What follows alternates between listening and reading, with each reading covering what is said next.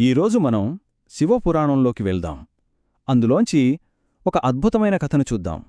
ఇది మామూలు కథ కాదండోయ్. కేవలం భక్తి, త్యాగం గురించే కాదు. ఒక దేవుడు మరో దేవుణ్ణి నాకు అత్యంత శక్తివంతమైన ఆయుధం కావాలని అలిగినప్పుడు అసలు ఏం జరిగింది? ఆ కథే ఇది. అసలు ఆలోచించండి. ఒక దేవుడికే కష్టమొస్తే, విశ్వాన్ని కాపాడటానికి ఇంకో దేవుడి దగ్గరికి వెళ్ళి సహాయం అడగాల్సొస్తే ఆ పరిస్థితి ఎలా ఉంటుంది? ఆ అభ్యర్థన ఎలా ఉంటుంది? మరి ఆ పరీక్ష, అది ఎంత కఠినంగా ఉంటుంది? ఈ ప్రశ్నలన్నింటికీ సమాధానం దొరకాలంటే ముందు మనం పురాణాల ప్రపంచంలోకి ఓ అడుగు వెయ్యాలి. సరే, ఇప్పుడు మనం చెప్పుకోబోయే కథను పూర్తిగా అర్థం చేసుకోవాలంటే దాని మూలాల్లోకి వెళ్ళాలి. అంటే పురాణాల గురించి కొంచెం తెలుసుకోవాలి. ఇవేవో మామూలు కథల పుస్తకాలు అనుకుంటే పొరపాటే. ఇవి మన ప్రాచీన భారతదేశపు విజ్ఞాన సర్వస్వాలు అన్నమాట. 4,09,500 ఏంటి ఈ నంబరనుకుంటున్నారా? ఇది 18 మహాపురాణాల్లో ఉన్న మొత్తం శ్లోకాల సంఖ్య.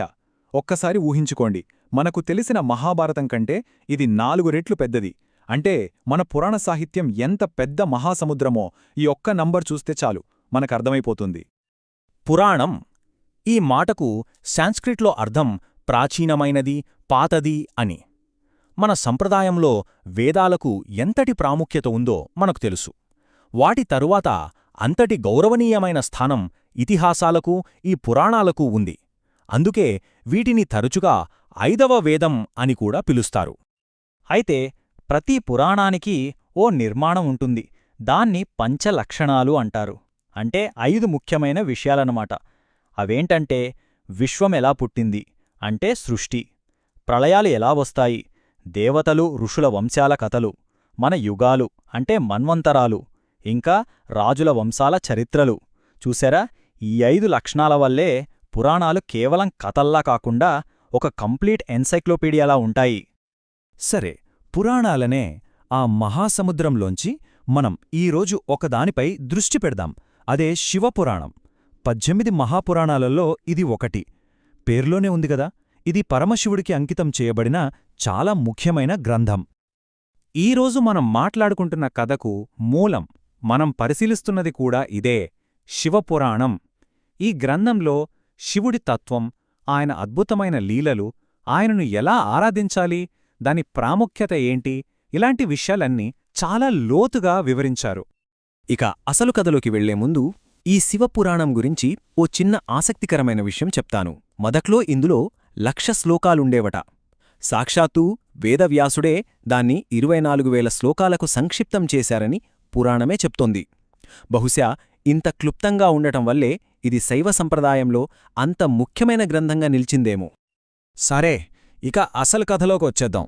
కథ ఎప్పుడు మొదలైందంటే, ఒకానొక సమయంలో విశ్వం మొత్తం ఒక పెద్ద సంక్షోభంలో చిక్కుకుంది. దానికి మామూలు పరిష్కారం కాదు, ఒక దివ్యమైన పరిష్కారం అవసరమైంది. సమస్య ఎక్కడ మొదలైందంటే దైత్యులతో. వీళ్లు చాలా శక్తివంతులు. తమ బలంతో లోకాలన్నింటినీ పట్టిపీడిస్తున్నారు. వాళ్లు చేస్తున్న అరాచకాలకు ధర్మం నశించిపోతోంది. ఎక్కడ చూసినా అశాంతే. ఇక దైత్యులను ఎదుర్కోవడం తమ వల్ల కాదని తేలిపోయాక దేవతలంతా నిస్సహాయులయ్యారు. వాళ్లకు చివరి ఆశగా ఒక్కరే కనిపించారు, విశ్వ సంరక్షకుడైన శ్రీ మహావిష్ణువు. ఆయన దగ్గరికి పరుగున వెళ్లి శరణు వేడారు. విష్ణువు దేవతల మొర విన్నాడు. పరిస్థితిని ఒక్క క్షణంలో అంచనా వేశాడు. ఆయనకు అర్థమైంది, ఈ దైత్యుల బలం మామూలుగా లేదు. వాళ్లని ఓడించాలంటే సాధారణ ఆయుధాలు అస్సలు సరిపోవని గ్రహించాడు. ఇక్కడే చూడండి అసలు విషయం. విష్ణువు స్వయంగా పరమదైవం అయినా సరే, ఈ సమస్యను పరిష్కరించడానికి తన శక్తి మాత్రమే చాలదు, ఇంకో మహాశక్తి సహాయం కావాలని గుర్తించాడు. అందుకే ఆ దైత్యులను సంహరించగల ఒక దివ్యమైన ఆయుధం కోసం దేవదేవుడైన శివుణ్ణి ప్రసన్నం చేసుకోవాలని ఒక గట్టి నిర్ణయం తీసుకున్నాడు. ఇక్కడ్నుంచే అసలు కథ మొదలవుతుంది. చాలా ఉత్కంఠభరితంగా ఉంటుంది కూడా. ఎందుకంటే ఇది కేవలం ఒక ఆయుధం కోసం చేసే ప్రయత్నం కాదు, ఇది భక్తికి పెట్టే ఒక అంతిమ పరీక్ష. విష్ణువు తన సంకల్పంలో ఎంత గట్టిగా ఉన్నాడో చూడండి. నేరుగా కైలాస పర్వతానికి వెళ్లాడు. అక్కడ శివుడి కోసం ఘోరమైన తపస్సు మొదలుపెట్టాడు. శివుడి నిరాకార స్వరూపానికి ప్రతీకగా ఒక మట్టి లింగాన్ని ప్రతిష్ఠించి శివుని సహస్రనామాలను జపించటం ప్రారంభించాడు. అంటే 1000 పేర్లు. అయితే ప్రతి పేరుకి మానస సరోవరం నుంచి తెచ్చిన ఒక పవిత్రమైన కమలాన్ని సమర్పిస్తున్నాడు.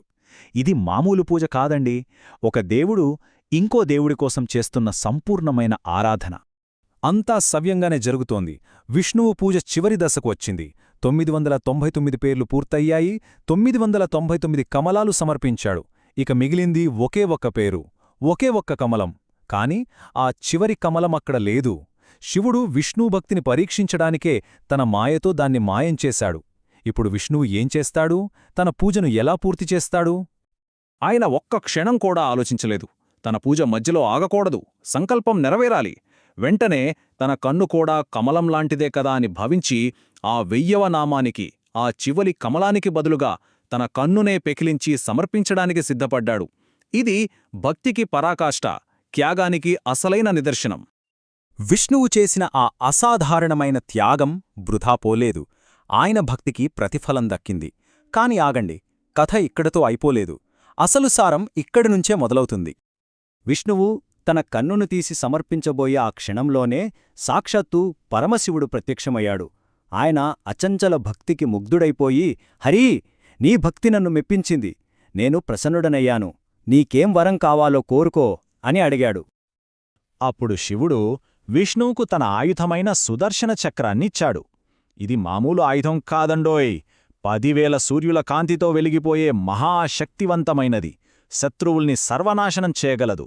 ఇక ఆ చక్రంతో విష్ణువు దైత్యులందర్నీ సంహరించి లోకాలలో మళ్లీ శాంతిని, ధర్మాన్ని నెలకొల్పాడు. విష్ణువు పఠించిన ఆ 1000 నామాల్లో కొన్నింటిని ఇప్పుడు చూద్దాం. చూడండి, ప్రతి నామం కేవలం ఒక పిలుపు కాదు, అది శివుడి యొక్క ఒక గుణాన్ని, ఒక శక్తిని వర్ణిస్తుంది. మహాదేవుడు అంటే గొప్ప దేవుడు, కాలాకాలుడు అంటే మృత్యువుకే మృత్యువు, జగన్నాథుడు అంటే ఈ జగత్తుకే నాథుడు. ఈ పేర్లలోనే ఆయన తత్వం మొత్తం కనిపిస్తుంది. శివుడు విష్ణువుకు కేవలం సుదర్శన చక్రాన్నే ఇవ్వలేదు, దాంతోపాటు ఒక శాశ్వతమైన వరాన్ని కూడా ఇచ్చాడు. ఆయన ఏమన్నాడంటే, ఎవరైతే ఈ 1000 నామాల్ని భక్తితో వింటారో లేదా చదువుతారో వాళ్లు కోరుకున్నవన్నీ నెరవేరతాయి. ఇది గమనించండి, ఈ వరం కేవలం కథలోని విష్ణువుకే కాదు, భక్తికి, స్మరణకు ఉన్న శక్తిని అందరికీ తెలియజేస్తుంది. సరే, ఈ కథ విశ్లేషణ చివరగా ఒక ప్రశ్నతో ముగిద్దాం. ఈ కథ మనకు ఏం చెబుతోంది? అసలైన శక్తి ఎక్కడ ఉంది? సుదర్శన చక్రంలాంటి మహాశక్తివంతమైన ఆయుధంలో ఉందా? లేక ఆ ఆయుధాన్ని సంపాదించేంత గొప్ప భక్తిని, త్యాగాన్ని చూపించిన సంకల్పంలో ఉందా? అసలు శక్తి ఆయుధానిదా లేక ఆయుధాన్ని పొందిన భక్తుడిదా? ఒక్కసారి ఆలోచించండి.